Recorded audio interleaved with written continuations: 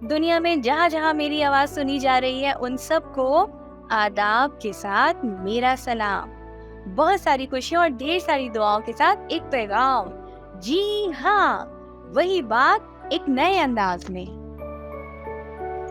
ایک روز میں نے اپنی وہ آری بہت تلاش کی لیکن مجھے نہ ملی۔ اس نے اپنے کمرے اور ہر جگہ اسے تلاش کیا لیکن بے سدھ۔ اب جب میں گھر سے باہر نکلا تو میں نے پڑوس کے اس لڑکے کو دیکھا۔ اس کے چہرے سے صاف ظاہر ہوتا تھا کہ میری آری اس نے ہی چرا لی ہے۔ اس کی شکل، صورت، چلنے بات کرنے کا انداز سب بدل گیا تھا، جیسے جو ملک دوسرے پر حملہ کرنا چاہتے ہیں اور سمجھتے ہیں کہ یہ کلپرٹ ہے یا اس نے کوئی ایسی کوتاہی کی ہے جو ہماری مرضی کے مطابق نہیں ہوئی، اور ان کو یہ لگنے لگتا ہے کہ اس میں یہ خرابی ہے، اور مجھے بھی پڑوس کے اس لڑکے پر سارے شک وارد ہونے لگے۔ اب مجھے ایسے لگتا کہ جیسے کہ جس طرح وہ پہلے مسکراتا تھا اب ویسے نہیں مسکراتا۔ مجھے ایسے لگتا جیسے وہ مجھے اپنے دانتوں کے ساتھ چڑھا رہا ہو۔ اس کے کان جو پہلے چپٹے تھے وہ اب مجھے کھڑے دکھائی دیتے، اور اس کی آنکھوں میں ایسی چیز مجھے دکھائی دیتی جو ایک آری چور کی آنکھوں میں نظر آ سکتی ہے۔ لیکن مجھے اس بات سے بڑی تکلیف ہوئی جیسے صالحہ آپا کو بھی ہوئی تھی جب میں نے اس آری کو گھر میں موجود پایا، کیونکہ میں خود ہی اس آری کو اٹھا کر گھر کے اندر سے آیا تھا، اور اس دن اسے ہی اخباروں میں الٹ پلٹ میں مجھے وہ آری مل گئی۔ جب مجھے وہ آری مل گئی اور میں شرمندگی کے عالم میں باہر نکلا تو یقین کیجئے وہی لڑکا اپنی ساری خوبصورتیوں اور بھولے پن کے ساتھ اور ویسے ہی معصومیت کے ساتھ مجھے نظر آ رہا تھا۔ میں کہاں تک آپ کو یہ باتیں بتاتا چلا جاؤں، آپ خود سمجھدار ہیں اور جانتے ہیں شک کی کیفیت میں پوری بات ہاتھ میں نہیں آتی۔ جو قوموں میں شک و شبہ یا یہ اندازہ لگا لیتی ہیں کہ میری نگاہوں میں جو کلپرٹ ہے بس وہی مجرم ہے۔ آپا صالحہ کا ذکر کرتے ہوئے مجھے اپنے ایک دوست سعید اللہ صاحب یاد آ گئے۔ وہ سائیکالوجی کے پروفیسر تھے اور وہ لندن پی ایچ ڈی کرنے گئے تھے۔ جب وہ پی ایچ ڈی کر رہے تھے اور وہاں انہیں 3-4 سال ہو گئے تھے، اس زمانے کی پی ایچ ڈی ذرا مشکل کام تھا، تو ان کی بیوی کے ساتھ ایک عجیب و غریب حادثہ گزرا۔ جب وہ تہہ خانے میں نہانے کے لیے جاتی اور پانی گرم کرنے والا الیکٹرک راڈ پانی میں ڈال کر کپڑے اتار کر نہانے لگتی تو عین اس وقت ان کے ٹیلی فون کی گھنٹی بج اٹھتی تھی، اور وہ دوبارہ سے کپڑے پہن کر سیڑھیاں چڑھ کر ٹیلی فون ریسیور اٹھا کر جب ہیلو کہتی تھی تو انہیں کوئی جواب نہیں ملتا تھا، اور اس کے ساتھ یہ واقعہ تقریباً ہر روز پیش آتا۔ اس پر پروفیسر سعید اللہ صاحب نے وہاں کی پولیس کو اس بات کی اطلاع کر دی، اور پولیس نے تفتیش اور تحقیق شروع کی۔ جب ہماری آپا پروفیسر دوست کی اہلیہ نہانے کے لیے نیچے گئیں اور انہوں نے کپڑے اتارے تو گھنٹی بجی۔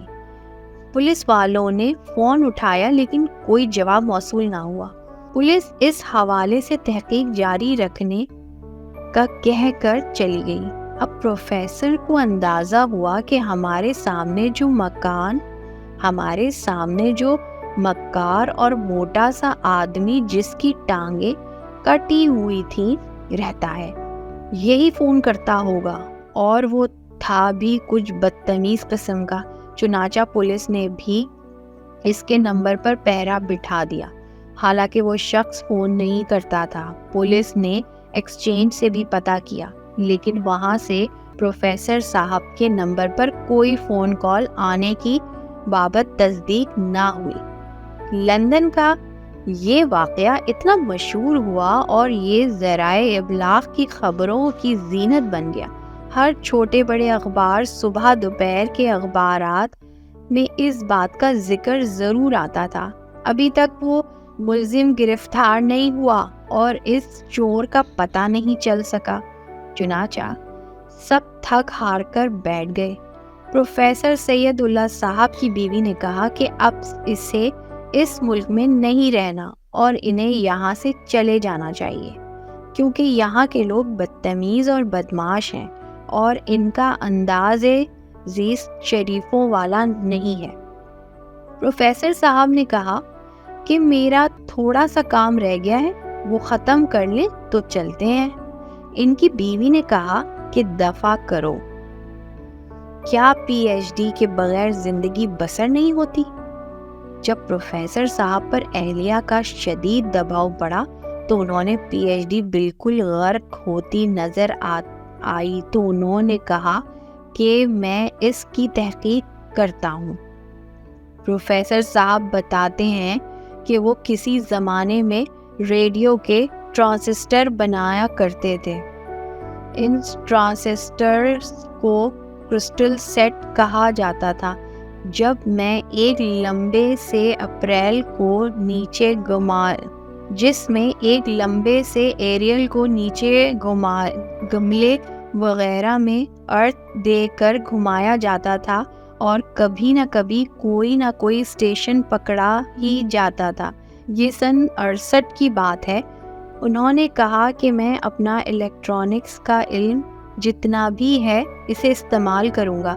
چنانچہ انہوں نے اس فون کے بجنے کی آواز پر اپنے کان رکھے اور جوں ہی نیچے ان کی بیوی نہانے کے لیے گئیں، انہوں نے آواز دے کر کہا، بیگم راڈ لگایا؟ جب آواز آئی ہاں تو پروفیسر صاحب نے کہا، دیکھو ابھی گھنٹی بجی، اور عین اس وقت گھنٹی بج اٹھی۔ اس پر پروفیسر صاحب نے تحقیق شروع کر دی اور 6 دن کے اندر انہوں نے چور پکڑ لیا۔ ساری لندن پولیس سے نہ پکڑا جا سکا تھا، وہ چور پروفیسر نے پکڑ لیا۔ چور یہ تھا کہ جب وہ بجلی کا راڈ آن ہوتا تھا اور پانی ابلنے کے لیے اس میں ڈالا جاتا تھا تو اس بجلی کی تار کے قریب سے فون کی تار نیچے زمین میں سے گزرتی تھی۔ جو ہی وہ بجلی کی تار انرجائز ہوتی، وہ فون کی تار بھی ہیٹ اپ کر دیتی تھی اور اس وجہ سے فون کی تار کرنٹ محسوس کر کے گھنٹی بجانی شروع کر دیتی تھی اور اس میں کوئی آدمی ملوث نہیں تھا۔ پروفیسر صاحب کہتے ہیں کہ جس کرب کی حالت میں انہوں نے پورا سال گزارا تھا وہ جانتے ہیں یا میں جانتا ہوں یا میری بیوی جانتی ہے۔ اس طرح کے واقعات حیات انسانی میں گزرتے رہتے ہیں اور اب بھی گزر رہے ہیں۔ تو اس عذاب سے نکلنے کے لیے روحانی طور پر اللہ سے مدد مانگی جا سکتی ہے، کیونکہ اس نے شک سے منع فرمایا ہے۔ ہم خدا سے مدد مانگ کر اس قسم کے کربناک مرض سے باہر نکل سکتے ہیں۔ اگر کبھی آپ کو ایسی مشکل درپیش ہو کہ ہم شک و شبہ یا ظن میں مبتلا ہو جائیں تو پھر اللہ کی رسی کو مضبوطی سے تھام کر اور اپنا آپ سارے کا سارا ڈھیلا چھوڑ کر خود کو اس کے حوالے کر کے اس کا حل تلاش کریں، تو اس کا حل تلاش کرنا ممکن ہے۔ میں آپ کو آخر میں یہ تسلی کر دوں کہ اس بچے کو جس کو میری بیوی نے شک میں باندھ دیا تھا، اس سے ہم دونوں میاں بیوی نے معافی مانگ لی ہے اور میرا بیٹا اس کو اپنے ساتھ لے جا کے کچھ مٹھائی شٹھائی بھی کھلا چکا ہے۔ ایسے واقعات رونما ہوتے رہتے ہیں، لیکن ان کو بڑی بصیرت اور خوش دلی سبھاؤ اور برداشت کے ساتھ نمٹانا چاہیے۔ اگر جلد بازی اور خوش دلی سے کام نہ لیا گیا تو وہی صورتحال ہوگی جو میرے آری چور کے بارے میں ہو گئی تھی یا دیگر واقعات کی مانند۔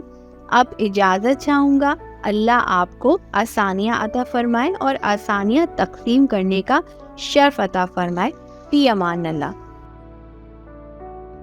فریدہ جلال ہمیشہ آپ کے ساتھ.